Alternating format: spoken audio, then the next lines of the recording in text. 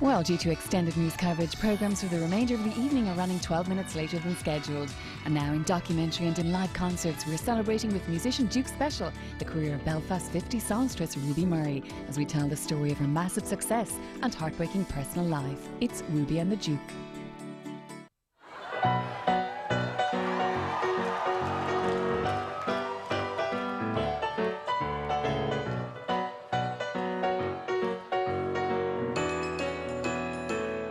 In 1955, before Elvis and Bill Haley, a shy teenager dominated the British charts and the new medium of television.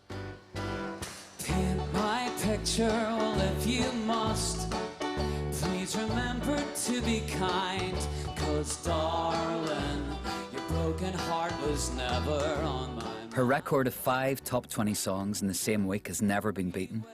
She was Britain's favourite female vocalist, and she was from the Donegal Road in Belfast. Her name was Ruby Murray. Darling, your broken heart was never on my mind. And when Ruby would have been a classic pop star of the 50s. She must have released a new record like every couple of months. I don't think I've ever heard a female singer from Ireland in the 50s sing like that. There's something very powerful about Ruby Murray. There's a cleanness to it. There's a real purity to it. difficult to find. But rock and roll killed Ruby's future at the top. She began a slow drift into alcoholism, divorce, and obscurity. She had a problem. She would look for solace. She wanted a crutch to hang on to. Timing can be so cruel. For somebody like Ruby, it's like being in the ring with Mike Tyson and Sonny Liston. Those were knockout blows. Ruby died in 1996. Today, she's barely remembered. My name is Duke Special, and I'm intrigued by this unassuming girl from Belfast.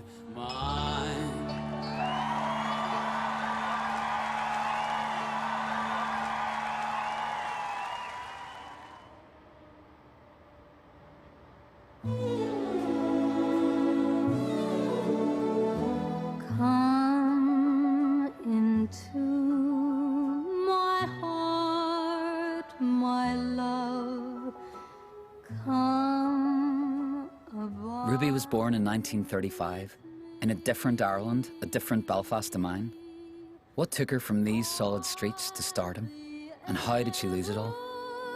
True, my love, for eternity.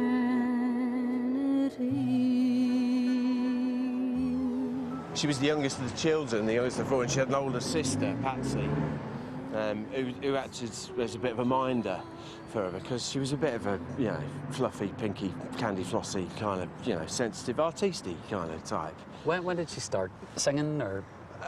It's hard to tell, but tiny, you know. 3 years old? 3, yeah. I mean, there's the stories of her going around and performing all over Ireland in cow sheds, and so half of the audience would be cows. I mean, that's what she told me. When they suddenly discovered that she could sing, it was quite a thing, right? Because that's something a bit different. And I think Big Dan, who was her dad, was quite a character himself in the area, and he would take her around with him and get her up in pubs and stuff and put on a table and, you know, sing for the people. Dear Daddy. But I don't think that she actually aspired to it as such. It was just something that she really, really enjoyed doing it. Yeah, something that just happened. She sang. That's what she did. For all the heartaches and tears. I think I sang from the minute my father realised that I could hold a tune, you know. And my mother always dressed us. We were very, very poor, but she dressed us nice, you know. And he used to stand me up. I think it was mostly a bar. And that's where it came from. And then the war came. And then we were evacuated to near Bushmills. And my sister, brother, and I was the youngest and very, very precocious, like Shirley Temple, and wanted to sing, you know, wanted to go. And these farmers, no way could they understand me, you know. And they said, we're going to knock that out of her, and they did. Very, very wickedly, actually, they did. So during that period, I became a different person because I'd never met anybody who was unkind, and they were unkind. And it changed my whole personality. Yeah, Liz, nice to meet you. Yeah. Hello. Nice to meet you, Liz. He's more like his mum. True. So you've been here for quite a while then? Well, recycled teenager, I'm 64. Like that. And when I was wee, your mum would have sat in your granny's garden, and the women would have called her over and she stood in their gardens and sung for everybody. But we had, like, we played, like, with your mummy, skipping on a Sunday after Sunday school and knock the doors and run away, you know. Were people around here proud when she made a name for herself? Yes. It was something good came out of the area. Well, you should keep your head up and be proud of her. No, it's lovely to meet you. Thank you for sharing that. Thank you very much. Bye-bye. Bye, little man. Hello and goodbye.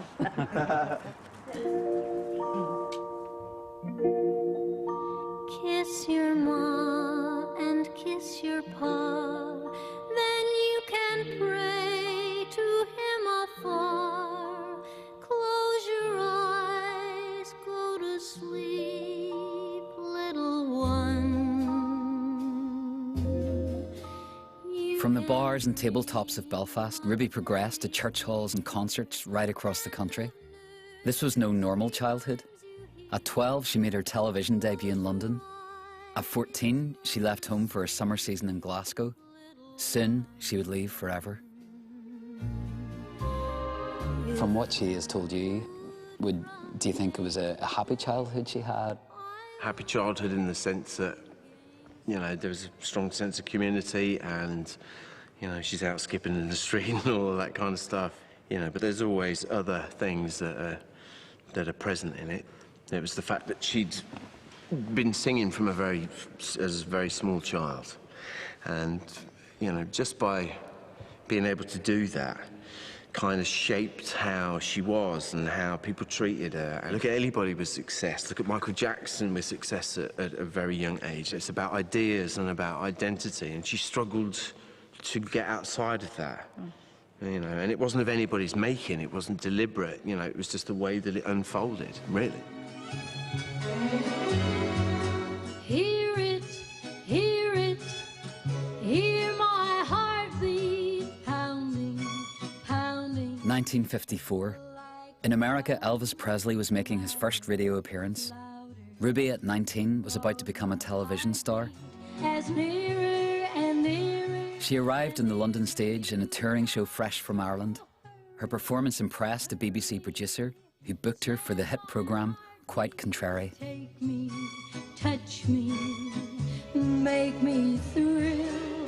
Faster, faster goes my heartbeat. From that came everything, you know. Ray Martin phoned me the minute the show was over and said, come in for a test for records, see if you're able to record, which I did. And my first song was Get Well Soon. Nobody bought it except my mother. She bought 500 copies. And then the second one I made was Heartbeat, which got straight into the charts, you know. Soon, listen, listen to my heartbeat crying, sighing, breathlessly. Tell my heartbeat that your heart beats for me. Listen, listen to 1953 was the year when people first started buying televisions in numbers here, thanks to the coronation. Ruby was a regular on television in 1954. So she's in that situation, right place at the right time, where she's novel. Ruby would have been one of the first female teenagers on British television. Heartbeat is a very pleasant pop song. It's not remarkable, I don't think. However, Softly, Softly is a special record. The production is really good there. It sounds like it's being recorded in Shangri-La. It's somehow very atmospheric.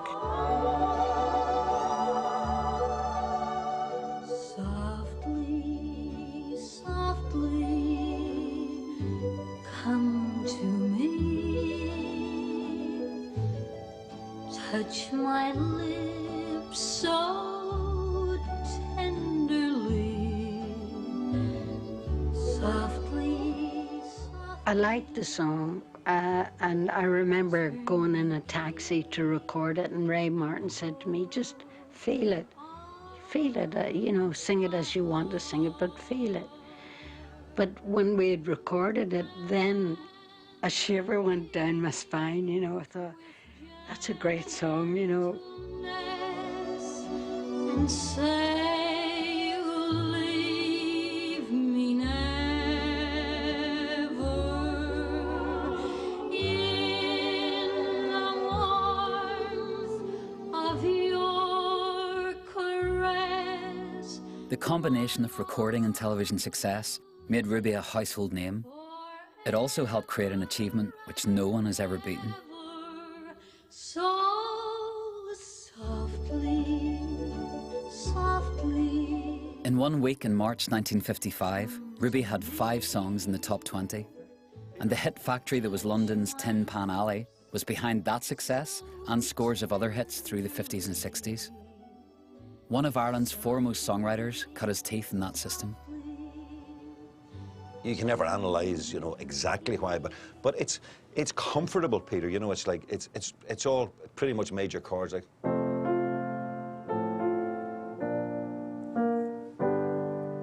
Even that change is same again.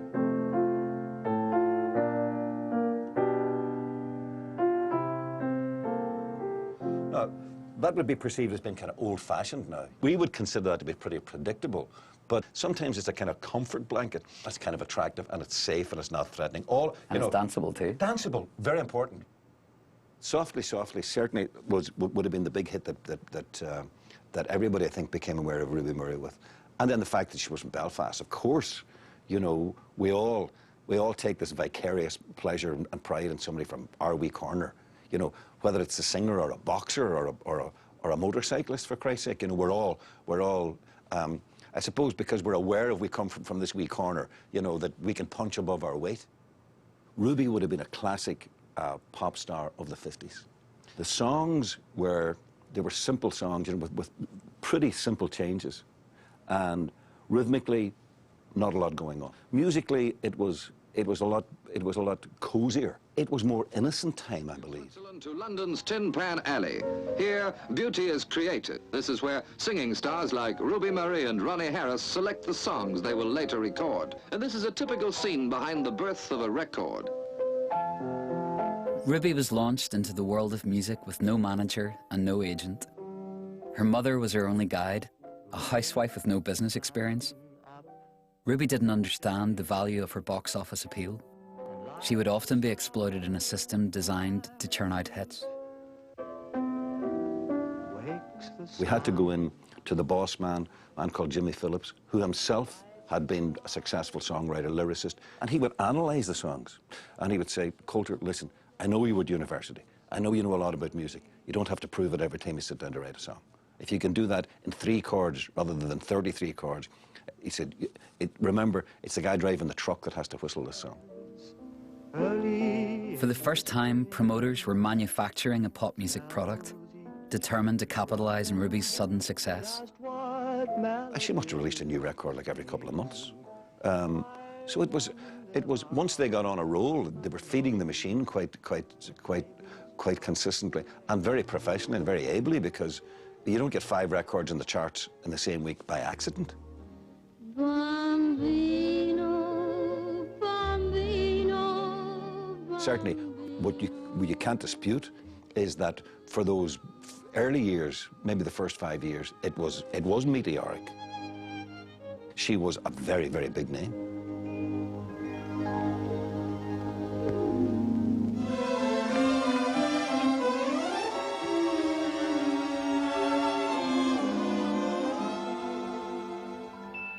Since I've known him, he's been by my side. Ruby was Britain's first teenage television and recording star, an amazing achievement for a timid 19-year-old from Ireland. Voted most popular singer ahead of Shirley Bassey, Vera Lynn, Alma Cogan, and Petula Clark. One thing that's quite distinctive about her style of singing is that slight scooping that she does for emotional effect. Yeah. Yeah, she kind of swoops up to the notes. She swoops up to the notes, you know, it's just to make the words, I suppose, and the emotion come out. But it is a feature of her singing. You'd have to say that she's a mezzo-soprano in the sense that she sings in that range. She doesn't have a very big range, mind you. She seems to sing in the range of about a tenth, from about a bottom A maybe up to a C maximum. All the world a truer friend you'll never. There's a naivety there, and there's a sincerity which is very pure and seems to be very sincere. I'm not surprised that audiences were struck by her, that she communicated with them. Good singing is about storytelling, and singers are very special in that regard because their voice is so personal to them, so they take that risk. They open up a part of themselves through their singing. They expose themselves emotionally. And that's what actually communicates to an audience. When a singer has the courage to do that, they genuinely feel touched. They feel that the singer is singing for them.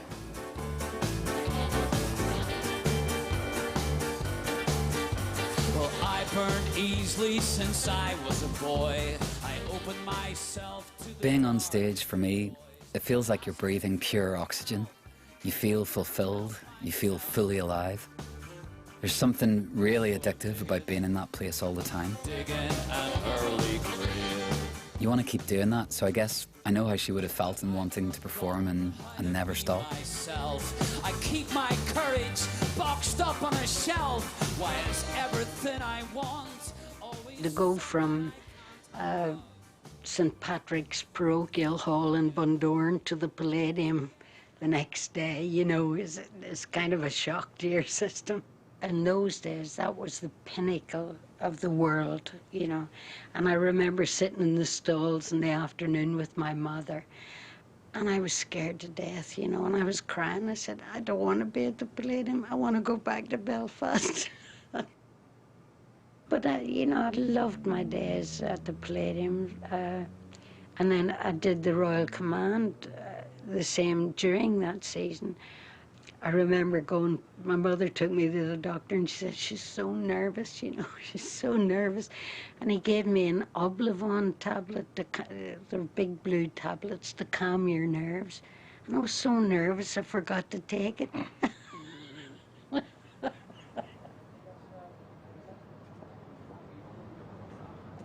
Most performers, and I include myself, well understand that need for a crutch, going on stage or coming off. It was a conflict that plagued Ruby throughout her career. Singing was what she did, but at huge emotional cost.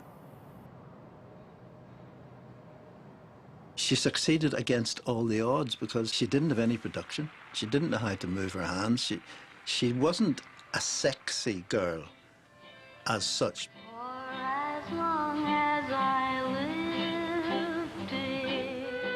If you think back to when you were a child and you went to someone's birthday party and there was always a little girl asked to sing and she stood there with her hands clasped primly in front of her and sang like that. Ruby would have been happy singing like that, I think. She wasn't really interested in projecting a personality to such extent. She came alive when she was on stage and she just loved to sing. You had this little girl, this shy little girl who had this endearing habit of actually averting her gaze when she met you if she didn't know you terribly well. And she had this wonderful voice, a husky, warm voice that sort of enveloped you almost when you met her for the first time. And she had another lovely, endearing habit of giving you a hug every time she met you if she knew you. This was Ruby, on stage and off stage. She was just shy, and she was just a very lovable person. And she was also a very vulnerable-looking person. Even when she was singing on stage, she looked as though, even when in her later years, she looked much younger than her years. And she always looked as though she needed somebody to protect her.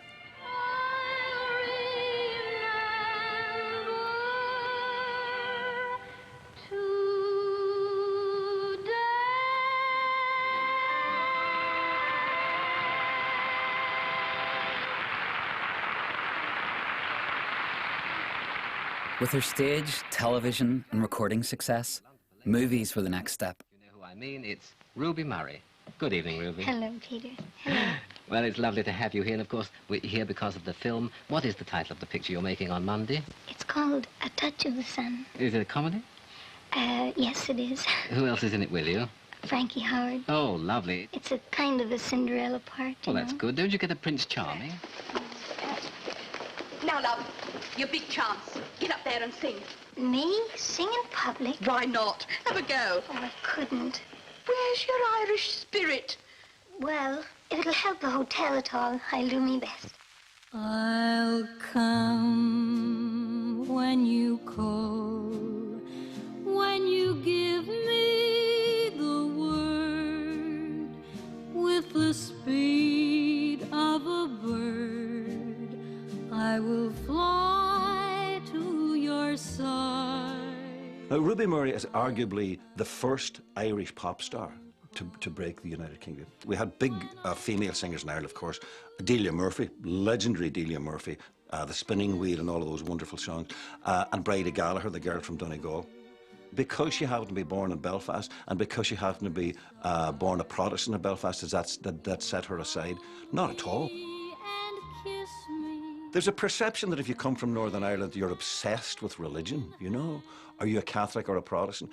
And that's, I mean, that really is a bit of a nonsense, especially when it comes to music. I mean, did people ask Jimmy Galway, is he a Catholic or Protestant? Did they ask Van Morrison, is he a Catholic or Protestant? Do they ask me, am I a Catholic or Protestant? They don't care if they like the music they're going to buy. They're not going to buy my records because I'm a Teague. They're not going to buy Van Morrison's because he's not, you know? I mean, it's so in Ruby's case, not at all. Everybody loved her.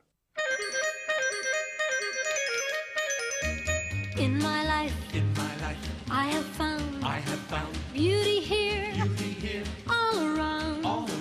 People dream, a fantasy, but our love is real to me. Summer season in Blackpool was the place to be. In '57, Ruby topped the bill with Tommy Cooper in a Bernard Delfont spectacular. But I'm sure Life was about to take an unexpected turn when Ruby met a certain Bernie Burgess. shine for me. So many dreams that I've gone through, but I found my best when I found you. In my life, I have seen what loneliness can really mean. Bernie was one of the four Jones Boys, a song and dance act fresh from success in the West End and on television. It was a fateful meeting, destined to bring them both happiness and heartache.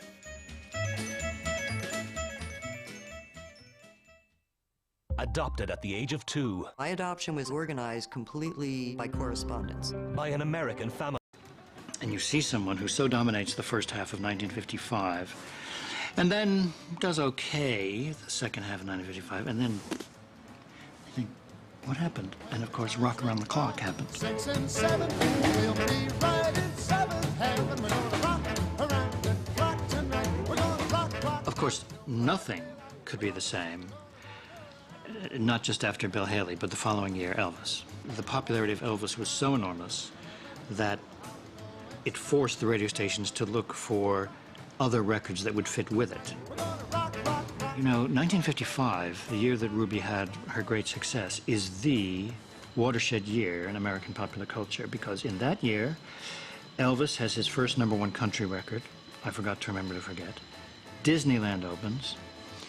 James Dean and Marilyn Monroe's skirt goes up. And Marlon Brando in The Wild Ones. And they made such impact that that impact is still felt. And so for somebody like Ruby, it's like being in the ring with Mike Tyson and Sonny Liston. Those were knockout blows. You couldn't compete. You couldn't compete. And you know, Vera Lynn is another one. She didn't have hits anymore. Bing Crosby, who had been the predominant American star of the first half of the century, would only have one more great hit, which was True Love, 1956, and that was out of a movie. So it's the big change with this explosion of American teenage culture for the first time.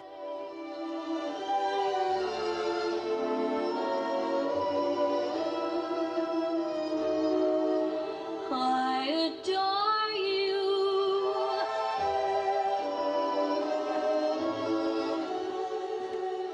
Rock and roll may have ended the era of ballads and crooners, but for some, like David Holmes, musician and composer of soundtracks for Hollywood movies, there's something captivating about music from an earlier time.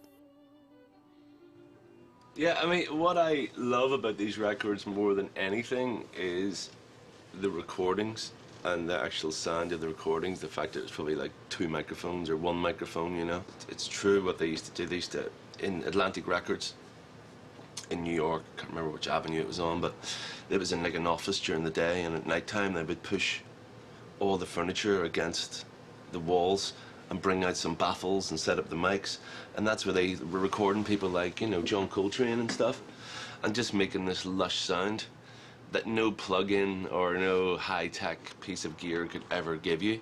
The sentimental sort of part of me would sort of just make me think about my parents and stuff, because this would have been their time. At first to me, you didn't see how much I care. What I'm after a lot of the time when I'm sampling is the substance, like the actual physical sound. You know, everything that I do sort of sample is normally 30 or 40 years old. But yeah, this is definitely an area that could be really like, I mean, the Wizard of Oz soundtrack, probably sort of, Ruby Murray would quite easily fit on there somewhere, you know, and that's one of the most psychedelic soundtracks ever made. I mean, do you think people could relate to the sentiment within those kind of songs now, or is it just from another world that the songs don't have any relevance anymore? I mean, I think we live in quite a cynical world at the minute. But no, there's always a place for this kind of music in someone's heart, you know. I mean, it always sort of makes me smile. I wouldn't rush to put it on again, on repeat listens, but I do really admire the kind of the sound of the recordings, and, you know, a complete respect for that time musically. When I walk, when I talk, it's the Irish in me makes me walk, makes me talk with a difference, you see. 'Tis a touch of the Blarney I own. There's part of my heart that is Ireland's alone. When I smile. There were few Irish songs amongst Ruby's first recordings, but it was a market she was later encouraged to explore, and where she would have modest success. In my eye, sure St. Patrick himself would agree. She was known as an Irish lass, you know, that kind of phrase that they use. But there was nothing intrinsically Irish in the material that she sang or the chart hits that she had. It was obvious, I suppose, to her handlers and to the record company that when she had run out of road with the pop stuff, there was still some more mileage in the Irish material.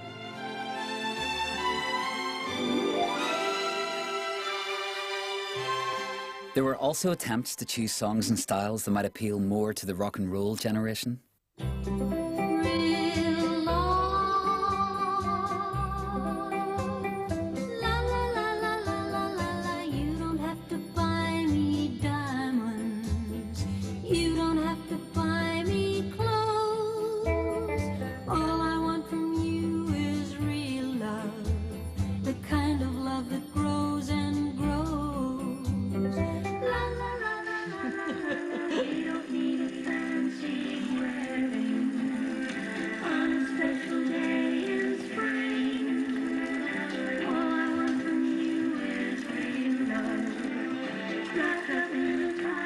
What's the guitar on that? It's a slide guitar, kind of a Hawaii. Arch top or something. It's beautiful because that almost, you know, if you're kind of getting a bit, you know, sitting back in reverie, you think like Twin Peaks, David Lynch. You don't, you know, it's not too far from a world he might have created for cinema. It's amazing to think somebody like that existed, you know, because we concentrate more on the Joseph Locks and, you know, the John McCormicks, and not on the fact somebody like that. Because I don't think I've ever heard anybody, a female singer from Ireland in the 50s, sing like that. What is it in her voice that?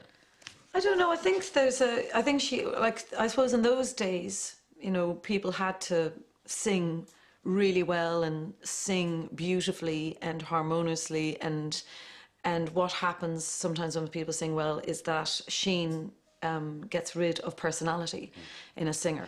But if you can put across a part of yourself as a singer that sings well, but also shows a bit of yourself, and that's, I feel that there's not a darkness, but there is a poignancy in her voice. For now, I've torn it, we are not the same. There's a sun that's breaking through my window pane. It's burning up my face, yeah, it's doing it again. No cover up, no room for... There's a lot of contributing factors to, of Ruby becoming nervous. The recording studio is one, the television studio is another, and that walk from the wings to the centre microphone, that was agony. But once she'd got there, and once she'd opened her mouth, everything then was released. She could go and sing through the whole performance. And that was all part and parcel of her personality.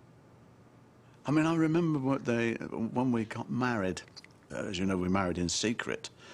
And on the same day, she said, I've got to phone and I've got to tell my mother and father. And the phone was there, and several times she put her hand towards the phone and couldn't pick it up. And Wally, the housekeeper's husband, said, here, take a little drop of that. It'll give you courage. And she took a little drop of brandy and she picked the phone up.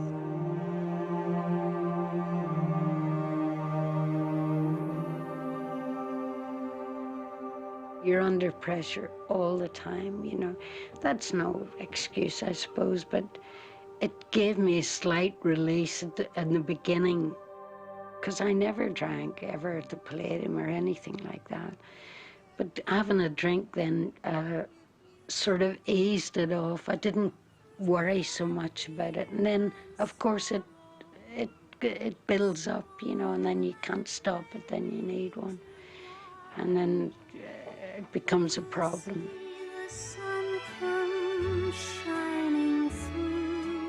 I remember the first time that I ever noticed that there was a change of personality. I mean, nobody would have dreamt that the shy, demure, feminine, delicate Ruby could ever change. Believe it or not, was the day that President Kennedy was assassinated. And that was the first time I saw it, but from then, it accelerated. The temptation that goes hand in hand with the world of music and performance is just the same today. Every night can be Saturday night, if you let it. I want you back again. I want your love again. Through the 60s, theatres were dying, and Ruby was beginning to drink more heavily. Her days as a major star were slipping away, but she was still constantly touring. Even with 2 young children, she spent long stretches on the road. Tell me you're coming back to me, you gotta. Tell me you're coming back to me, you gotta. Tell me you're coming back to me, you gotta. Tell me you're coming back to me, you. What exactly are you doing these days? Well, you know, apart from trying to live a normal family life, I'm working mostly around Manchester, the nightclubs and things, you know, because most of the theatres have finished and nightclub work is... Was there a struggle within her between being on stage and also then trying to juggle this fact that she was also a mum and a wife, and there were probably expectations in that respect? Well, I always found that it wasn't so much of a struggle so much because she was touring when I was a very young child. She was touring all the time, and we had nannies, so... Yeah, there's a lot of stuff that's not ideal about it, and anybody in a similar experience is going to, you know, have the same difficulties with it. But, you know, on the other hand, it comes with other benefits. Although it was normal for Mother to be touring, you still would miss her. What do you think of the songs that are now at the top of the hit parade? Well, I think we're getting a mixture of songs now.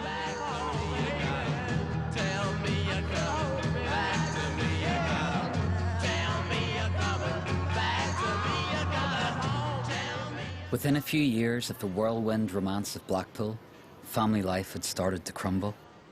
Twice, Ruby was admitted to hospital for treatment, only to resume drinking straight away. She had a problem. It was in the genes. Her father had a problem. Ruby's sister in Canada had a problem.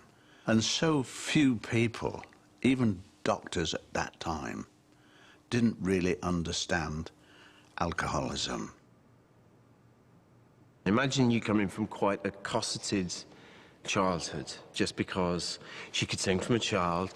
Her dad kind of, you know, just protected her, and that was the role that she had, so she never had the chance to kind of develop. It's a great experience when it all goes right.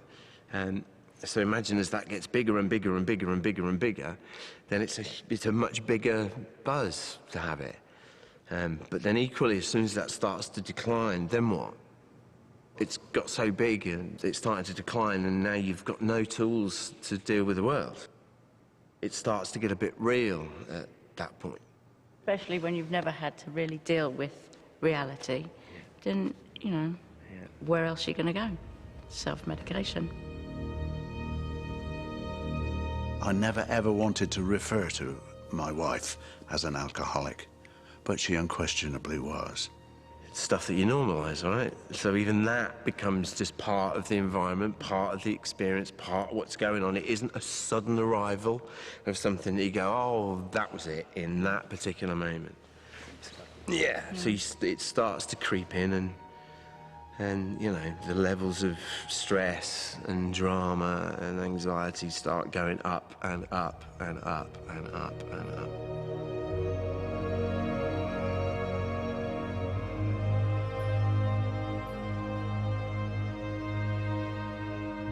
By 1974, the marriage was over.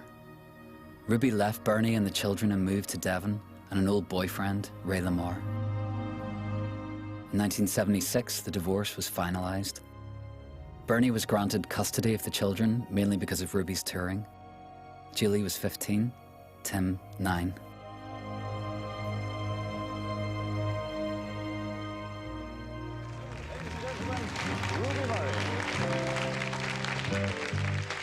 I'm only human.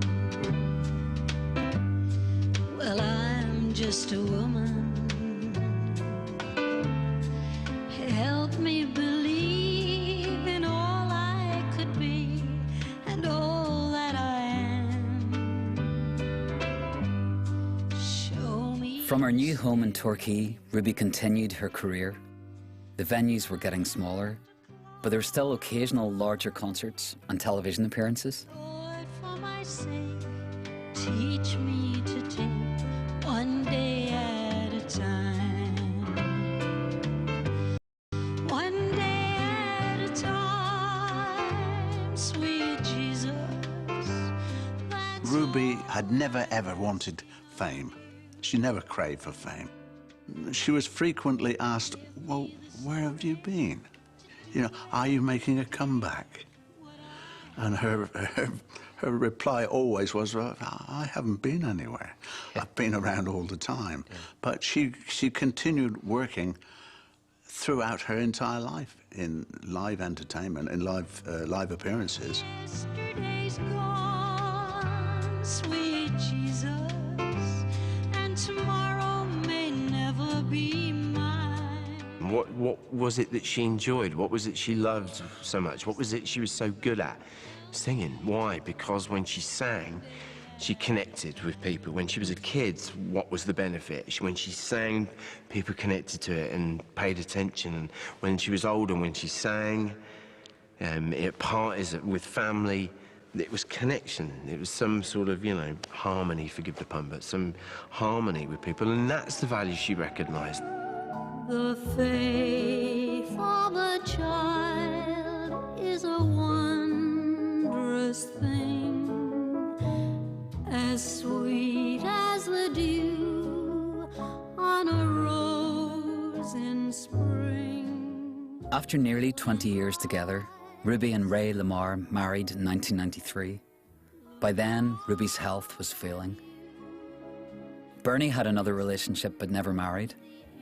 Occasionally, he would visit their son Tim, who had moved to be near his mother. Tim was keen for his parents to see each other again. I went down once, and I sat in the car, and he said, "Are you coming into?" I said, "No, I'll wait for you here." So he said, "Well, she wants to say hello to you." And I said, "Oh, Tim." So anyway, he went and fetched his mother, and I watched her walking along the street, and that was terrible. I've got to stop. That's okay.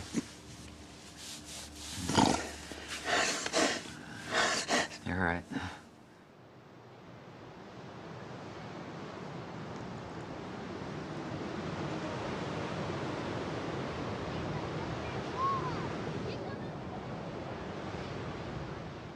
Brought together by Tim, it was the first step in a reconciliation. When Ruby was diagnosed with liver cancer and moved to a nursing home, Bernie was a frequent visitor. In the final year of her life, she and Bernie were a couple once again.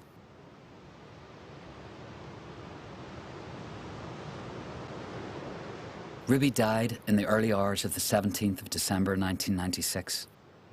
Bernie, Tim, and Julie were with her.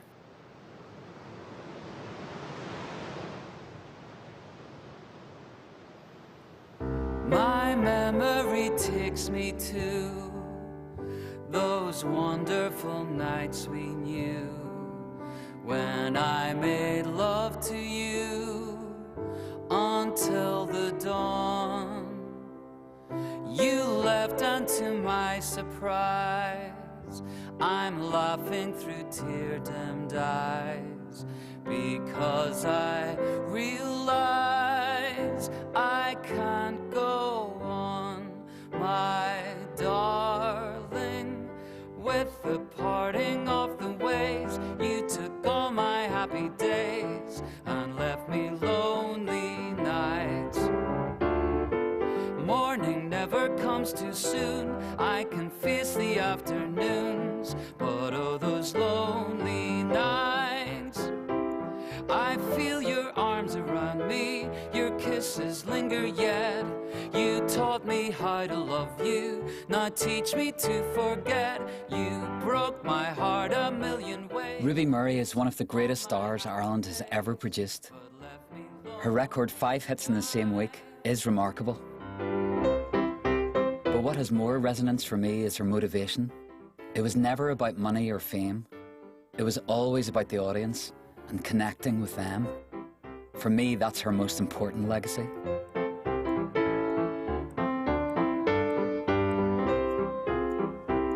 I feel your arms about me, your kisses linger yet.